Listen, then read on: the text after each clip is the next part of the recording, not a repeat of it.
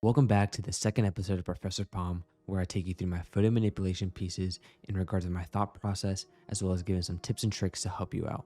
For today's video, we will be creating this medieval character on their horse that stumbles upon this vast ancient sword that's been sitting there for years. As for my project settings, this one is set at 5000 by 2812 pixels at 300 dpi. To start off this piece, I'll be using the images of these hills as my base plate. I'll then use various images of the same landscape to create my own that will eventually hold and frame the sword. Don't worry about the foreground landscape, as it won't be a part of the final piece.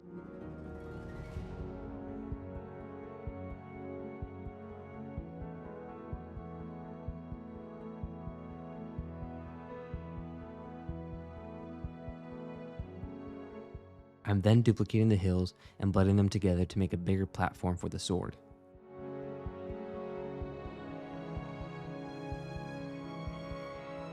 I felt like the landscape had too many hills, so I removed some to keep the focal point on the sword in the final piece.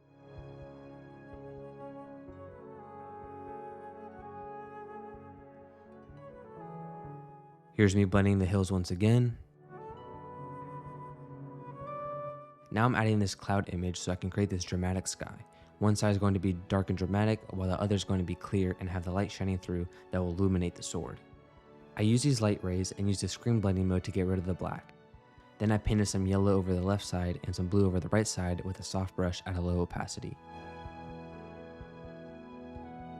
To add atmospheric haze, I used a soft brush with a blue color at a low opacity and painted over the mountains in the background. I added this swampy landscape with this water, but it's mostly going to be covered up by the foreground towards the end.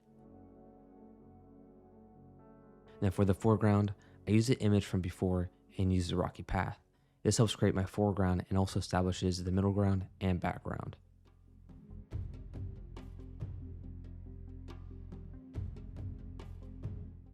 I then used color balance to give the swamp landscape a greener and bluer hue to match the other hills. I wanted to make the foreground more interesting, so I added this hill with a creek to give this piece more of a story. I used the exposure adjustment to make them darker, and then in the same mask, I masked out the creek to make the water a bit brighter. And again, I used color balance to give it the blue hue it needed.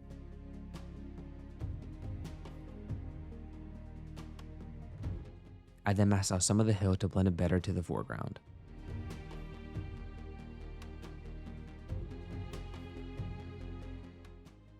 I then went back up to the clouds and added a blue sky and then a more dramatic dark sky to give that breakthrough of where the light rays are coming from.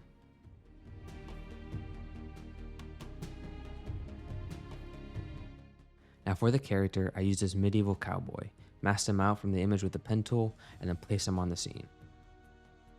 I placed him on the left of the scene because I'm using the rule of thirds. It makes the piece more dynamic and it guides the viewer's eye through the scene by placing one subject to the left and then the other subject to the right, and then color balance to give him a blue hue.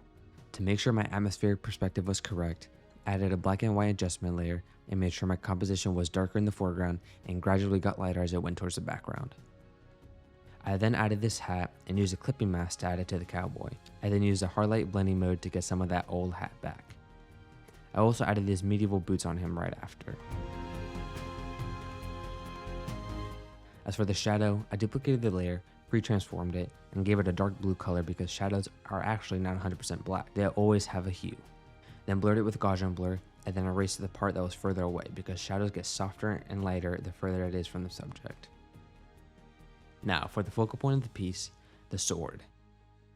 To frame my sword, I used this hill with rocks and masked them out and placed it on my current hill. I then used color balance to give that green and blue hue it was missing. I used a soft brush and changed the shape to an oval and blended in the grass onto the hills. I also extended the rocks vertically because I felt it needed to take up more vertical space. Then I fixed the hill to blend it better. For the sword, I placed it at an angle that it matched with the angle of the rocks, then used a mask and erased the parts of the sword that would be hidden. I then added a shadow between the rocks and the sword. When doing the highlights for the sword, I used the same color I used to paint the sky. I then outlined the sword with a soft brush at 100% opacity, then used a soft light blending mode and blur them a little. During the middle of making this, I thought to myself that these layers would look awesome if I made them glow. I used a hard brush set at the color white, painted out the letters, and used a blue outer glow. Then for the glow, I created a solid layer, set it to screen, and then masked it over the letters. The sword needed to appear more ancient, so I brought in this mossy texture, used a color range tool, and selected the bright mossy green parts from this image and placed them over my sword. I then used a brightness and contrast adjustment to make them darker. I also selected the darker green texture by using the same technique. I added this rock texture set at a soft light blending mode to make the sword look more like it was made out of stone. And to give the appearance the sword has been there for years, I cut out pieces with a pen tool that made it seem like those parts have broken off. I then painted with a hard brush behind the sword to give it the 3D look it needed. Then painted in some shadows. I then used the same textures as before. For the sword's shadow, I used a dark blue color and painted it onto the right of the sword and lowered the opacity. I remade the highlights now that the sword had broken pieces. I also added some vines, as well as some mist and clouds on the sword to portray how high the sword actually goes. Then I used this ivy brush and painted in some ivy where I felt it needed.